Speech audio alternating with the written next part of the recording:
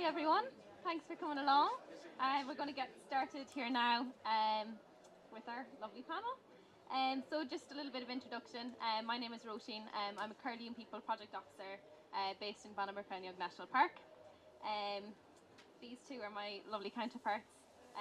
Katie covers Montgomeryshire. She's working with the GWCT, and Sam works the Curlew Range and Dee Valley National Landscape up in North Wales.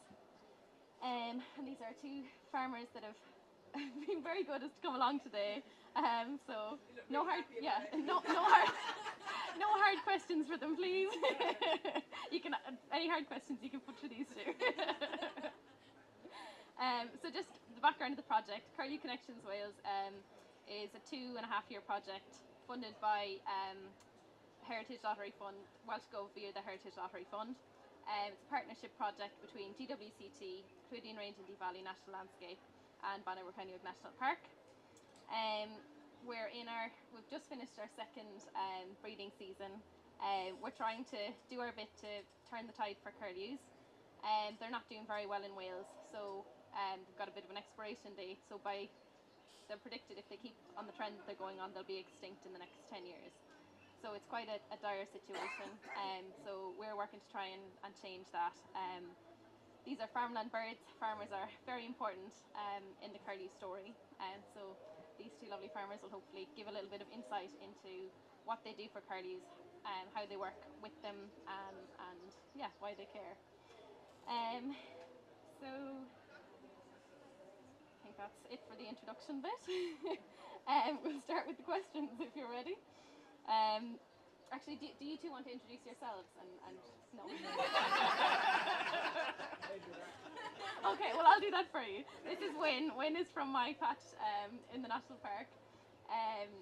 We first got in touch because Wyn contacted me about getting a curlew fence put up around his nest because he finds his nest every year and keeps an eye on his curlews himself. Andy's in Katie's patch. He's been roped into a few things in the last little while. So yeah, we'll get going. So the first question is, how long have you had curlews on your land, and what changes have you seen with the birds over the years? So if we can start with the two farmers and then. Well, we've always had curlews around, but the last few years they seem to have settled on a particular patch of ground, which obviously we've been trying to avoid them and look after them. And then Katie came with the team, and it's been onwards and upwards from then, really. We've been fencing them out, trying to leave them have peace and quiet, and they seem to be doing okay. Fingers crossed. Can I ask a question? So as a farmer, I know you delay cutting, don't you, to not disturb the nest. What impact can that have on you as farmers on your land? Well, this year wasn't too bad because they were a bit earlier. Last year they were late hatching, and the silage was pretty poor stuff. But hey ho, we had a good result, and it makes we had the birds fledged, so it was worth it at the end. And obviously compensation helps as well. So sorry, Wyn, would you mind answering how long have you had curlews, and have you seen any changes with them? Well, there's always been curlews there since I was a little boy. We've always had sort of one pair, and we've still got one pair having little ones there. We used to see them up until fledging time, you know, but the last few years I think they're having it's a struggle now. You get them hatched, and then perhaps you see them around for a week or so, and then you lose contact with them, and you just hope that they have sort of moved on somewhere else and coming on, but we don't know. They've got a big struggle to get the fledging time. As far as your question goes, we're never very early mowing. We turn out later because we always say that the sheep have our first cut, and so it's until we can get the sheep out onto the beacons, that's when we turnout. So that works okay then, you know. This time we left a piece in the field for them to go to, which they didn't. they were settled in there, we thought, and then next thing they moved out and they were out in the middle of a stubble field, you know. So we caught them and we put them down in a rape field. And I could hear them, I'd pop by in the evenings and you could hear them chip in there for about a week, nearly a week. And then I think they moved them then up to another field, so yeah. They don't always do what we want them to. They're not very well behaved birds. So on to kind of farming and curlews. So we know that curlews are farmland birds and they've been part of the Welsh agricultural landscape for generations, and it's something you've grown up with. What role would you say farmers play for this project and for curlew conservation? Okay, well, I'll put this to my colleagues then here. Yeah, can I come in and just say that we couldn't do the work we do without the farming community. I'm a bit biased because I have a small farm myself up in Denbighshire, but we couldn't help any farmland species without farmers on board. And I'm unlucky in that I don't have curlew, but I'm lucky that I can get my haylage and hay in when I want. But it would be great if more of us could be supported to be part of the solution and helping these species. I'd agree, yeah. When you turn up on a farmer's door and tell them you want to help them with their birds, and for Andy, bless him, I turned up and he was like, "What are you here for?" And look at him now. He's like, "Why did I say yes?" I'm still saying it. But yeah, 100% completely agree with what Sam said. We couldn't do it without farmers, and they are, thankfully, lots are really supportive and really love their birds. And you start talking about curlew and you can just see them light up. So we need to keep that and sort of support them as best we can to keep that going. Okay, so this is another one. This is one for the farmers. You can't get out of this one. What's one thing that's made a practical difference for curlews on your farm, big or small? Got to put the mic on. The difference, I think the difference is we're more aware of their behaviour now since Katie and that has been around. We've always looked at them and tried to leave them out peace and quiet, but this year was difficult. Normally we like to leave the grass grow up a bit earlier so they can find a nest inside. This year it was very bare, so they moved into different areas, which made it slightly challenging to find them. But yeah, definitely they just want peace, quiet, and just stop the predators if we possibly can. Yeah, the electric fence job has been good. You know then that the four-legged predators can't get to them. It's just raiders from the sky then. But that's one good thing. We aren't going to worry about the foxes and other things. So you have lost a nest the year before the fence, wasn't it? You lost a nest to foxes. Yes, that's right. We put a fence around 2 years. The year before, I found the eggs, and then I went across to have a look in a couple of days. They were all gone. So no traces of shells. It wasn't crows. It must have been a fox then. Yeah. And what advice would you give to a young farmer who's discovered curlews on their farm? What to keep an eye out for, or what to think of when they're farming around curlews? Oh, well, if it's someone young with a farm, I'd say get a proper job and earn some money.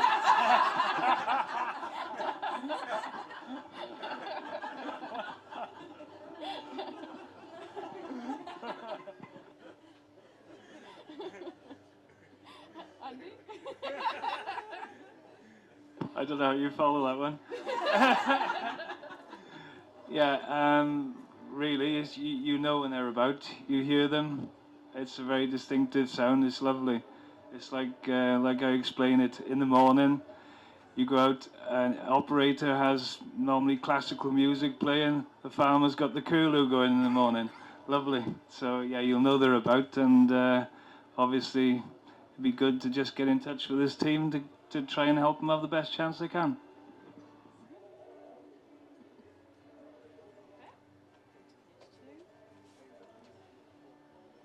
So, how do you balance the curlews and working with the project with the needs of your livestock and farm business? Do they clash ever, or is it something that you can balance? Well, seeing as they nest in the silage fields, and as I said before, we never turn out early, so it sort of suits. It's no trouble to us really. Yeah, it suits our system okay. So I think we suit the curlews, they suit us.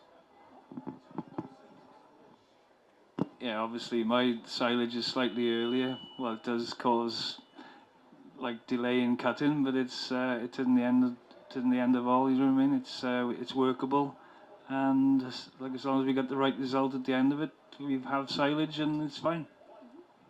And Katie and Sam, do you have any inputs on that, on the balance between curlews and farming?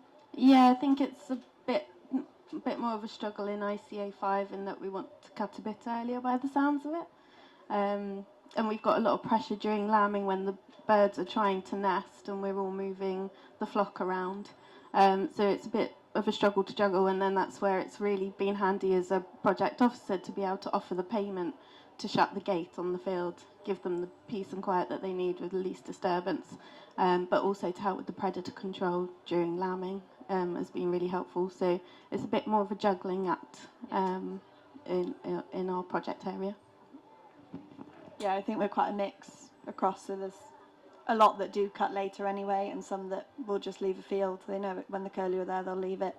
But then there's others that, like, we have a few that are dairy, so obviously they need the cut that bit earlier to keep the cattle, and that does tend to sort of mix in a little bit and make it a bit harder, but that's where the payments have been so helpful, to be able to support the farmers and make sure that they're not losing out as best as we can, and it's try and make it work for everybody as best we can, but yeah. The next one for everyone, I suppose. Do you see any other benefits of the curlew conservation measures, like say the delayed cutting or the predator control for other wildlife, or for your farm? Yeah, obviously predator control is a is a big thing just for the farming perspective. The problem we've got is the predators we can't control. That's where we're struggling up our end, isn't it? With the red kites, they fledge, and then next thing they're taken out, and there's nothing we can do about it. Exactly the same here. I think we're all seeing the same problem. The ones we can control, we do, but there are some that we can't, and yeah. And the ones that are being controlled, do you see any benefits for the other wildlife on your farms from Yeah. fox and crow control? Yes, it's got to be, yeah.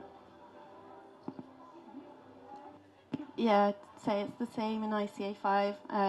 With the predators, there just doesn't seem to be the balance. We haven't got the balance right. And the predator control has helped. We found our first 2 lapwing nests on the project, and we got a lapwing fledged as well. So it's helping other wildlife, and yeah, just getting another farmer involved his curlew didn't stick around because of the dry spell in May, but the lapwing made it. So yeah, it was all good. Yeah, I think so. I mean, we've got that many hares around in a lot of the areas where we've been hitting it hard, because we've got lots of curlew, and we're trying to obviously get them to do as best as they can, but the numbers of hare I'm seeing this year, even compared to last year, has been amazing. So yeah, it's definitely having a positive impact, and we can hope that it's going on to other species. I know Andy's got yellow hammer as well, so that's going to benefit those. So hopefully we're benefiting a lot more, and curlew are a very good species for not just being themselves, they are benefiting a lot of other species as well. Okay, thank you. So on to the kind of challenges. What would make it easier for you to do more for curlews? And are there things that you'd like to do but can't due to lack of time or cost or lack of information or any other barriers? I think a lot of the things we'd like to do are out of our control. Okay. Yep. I mean, weather's a big issue with the birds. Yeah. And like I say, predation, that's another one which we're controlled in what we can do. Yeah. If they could lift them barriers, then we could do a lot more. Yeah, ditto. I'm glad you were speaking first because I can just say yeah, same. But Katie said about the hares. That is something that we've seen a huge increase in hares, which I think we're privileged to see them because we were overrun with rabbits. I think the diseases have killed the rabbits off, but we've got a lovely, healthy lot of hares now. We did have quite a nice lot of yellowhammers about there, which were, I think, nesting on the common just above us. But since COVID, when everybody's got dogs, they all bought puppies and they're all running around up there, we see very few yellowhammer now about, which is a shame. Coming in on the challenges, as a project officer, could I have a bigger budget, please, for habitat payments? Look at me. Because I know in your ICA, delayed cutting was a big one, especially this year. Yeah, I might have thrown a bit of money at the issue to help, but we got 4 fledglings so far and we still got 2 broods on the ground, so proved it works. Yeah, definitely. More support and more knowledge being shared as well. I think it's made a huge difference actually explaining things to the farmers as well, because many of the farmers are very used to hearing curlew on their land, but they don't know that's probably a 20-year-old curlew that's coming back every year. It's not other birds, and having those conversations with them and explaining that these have maybe never fledged chicks if you've only got 1 pair for so many years. Once we lose those, that could be curlew gone, and many that have already lost their curlew. I think that's been a really big thing, and obviously with kids and things it's been really good explaining to them, but I think getting in with the farmers and explaining it more with them as well. Yeah, because I've come across it many times that farmers have heard the birds for years and then they only notice, actually I haven't heard them this year at all. They only notice them when they're gone, that the issue is there. And so many people that I've spoken to said, oh, we used to have curlews up here, but we don't anymore. So the ones that still have them, you're doing something right. and you're the lucky few. There's, few enough of you left in Wales that still have them. So yeah, we can support you as best we can. So on that one, I suppose, bearing in mind that they are facing a serious threat of extinction within 8 years and counting, what are your hopes for curlews and for your land over the next 10 years plus and into the future? Well, it would be nice to think we can still have them on the ground. Like I say, obviously the weather's going to be a big part in it. The last 2 years have gone from one extreme to the other. But we have had chicks fledged and they flew last year, didn't they? So it's looking hopeful if we can just keep doing what we're doing.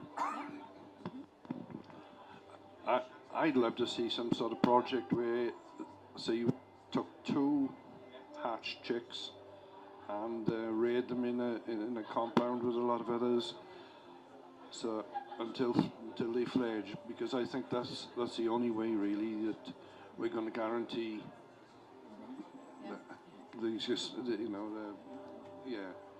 that they carry on. It's a wonderful privilege to have the curlew on the farm, and that sound of them, when they come back to us, I don't know, sort of March time or whenever, it's just like seeing the first swallow, the summer, and to hear the old curlew in the morning and in the evening is a wonderful thing. I suppose they're one that you want to pass on to the next generation too, so that they can have that same experience and grow up and grow old with the curlews as well. Yeah, well, I've got little grandchildren, and it'll be great for them to hear them. I'd love to see curlew become part of the optional or collaborative layers in the SFS. Being a farmer that's looking to join SFS next year, that's the Sustainable Farming Scheme. I'm hopeful as a project officer that there'll be something for Curlews as we progress through the next 5 years in that. Yeah, definitely agree. Needs to be something for everyone. But yeah, I agree with everybody else as well. I think we all want to see more of them and them being able to sustain themselves as best as possible with less intervention, but we need a long time on the ground before that. And we're in year 2, so fingers crossed that we can continue to work on what we're doing and enable them to be able to do it themselves. Yeah. And obviously that will require kind of long-term planning, not just short-term steps as well. So kind of with the idea that this project, it's funded up until next March, what do we need to do to keep the momentum going so that it has long-term benefits for the Curlews and for farmers as well? What do you think so far from the project you'll be able to bring forward beyond the project, and what would you like to kind of build on? Does that make any sense? Well, I was going to say, you with fencing. Andy's done sorted a fence out for me this year, so he knows how to do the fencing. I haven't got to do that next year. I think that's, sort of, like we say, the education and understanding, knowing the behaviour, what to look for to suggest what sort of stage they are in their season, alongside the farming season as well. I would say keep us in a job. It's nice as a farmer to have a facilitator and officer come out and help, because we're all flat out busy with our work anyway. It's quite nice to have someone around the farm that you can trust and work with and have a good relationship with going forward, and that you can trust with around the livestock, around your crop and around your wildlife. Yeah, so keep us in a job, please. Yeah, there's no point in just having a scheme for a few years and then it's got to continue. We see in farming grants for this, that and the other, or they run for a few years and then that's it. But these things have got to carry on. If they want to save the curlew, it's got to keep going. Yeah, I totally agree with you there, because now we're actually getting into the stage of knowing what they're doing, although they're so unpredictable, they miff us every time. But yeah, now we're getting there. It seems such a shame to stop it. And do you think I know Wynne was on the predator control training, I'm not sure if you were, Andy, did you find that useful, and what do you think that's kind of influenced how you'll manage things on your farm? Well, I was doing control before, but the predator control thing did. Every time you go to something like that, you always learn something different. Nobody knows everything, do they? Yeah. So very well worthwhile. Yeah, I haven't got a firearm certificate, but my brother and my son over there, they do a lot of control, and I came home from that training day, and then I booked them up with the marksman, and that was a wonderful course. They learned a lot. Yeah, it was very, very good. And okay, so would you encourage other farmers to get involved with this project? And what have you found the most helpful that the project has been doing with you? Yeah, I definitely encourage other farmers to go for it. It's very satisfying, especially when you see the end result, everything working. Sometimes it's a little bit gutting when you happen to lose them for no reason whatsoever, but that's part of life, I suppose. You get life and you get death. But yeah, definitely encourage anybody to enjoy the project. It's when you see them, when you see the photographs, the videos on your own land, it's very humbling. Yeah, my advice is if you get curlew on your land, it's a privilege, it's a blessing, I tell you, because the eggs taste beautiful, and and I'd encourage anybody to do their best to to keep them going. And, yeah. Can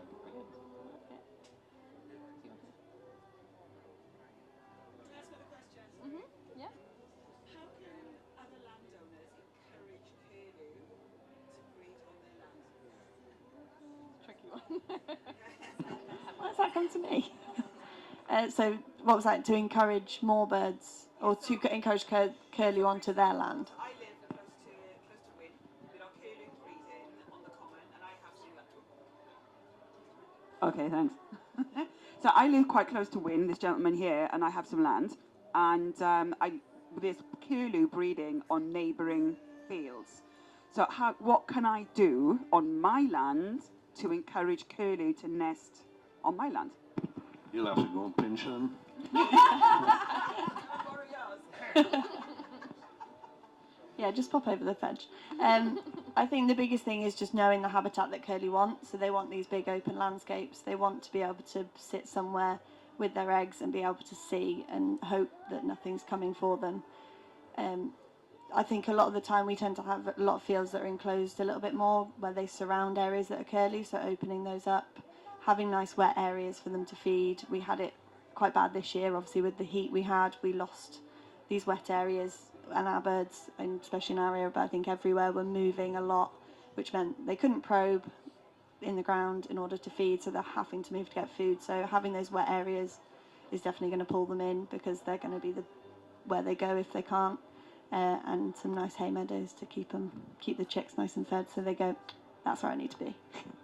Yeah, and I would say, like any breeding animal, like we know when a ew's looking for somewhere secretive to go and lamb, somewhere safe. So the predator control, again, if you can start on that so that curlews know that there's less disturbance there, that always helps. Yeah.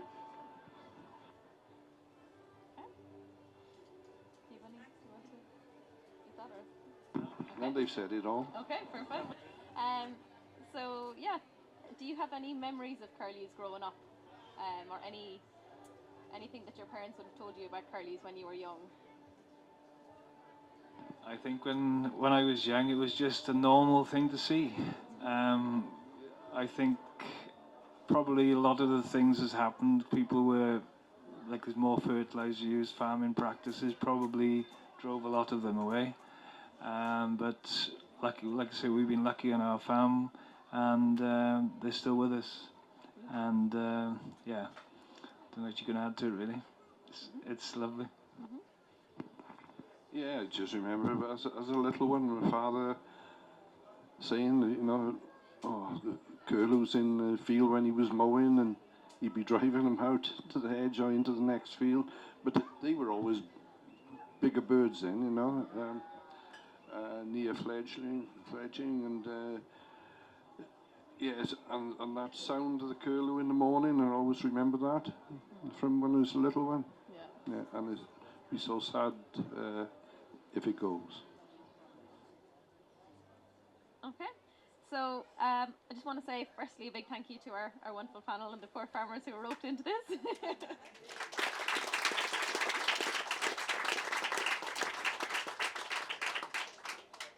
And also a big thank you to all the farmers working on the project, the landowners, some of the predator controllers who've been doing a fantastic job, our volunteers, and the staff that are working on the ground, who've been working to save the curlews across our 3 project areas and across Wales. It's a tough job at times, but we do it because we love it. We have a big challenge ahead. It's not going to be an easy road to save these birds. That, you know, it is going to be a challenge. But if we continue to work together to build on what we've started over the last couple of years, we do stand a chance of keeping the curlew in the Welsh landscape and saving them for the future. So thank you all for coming along and listening to what we have to say.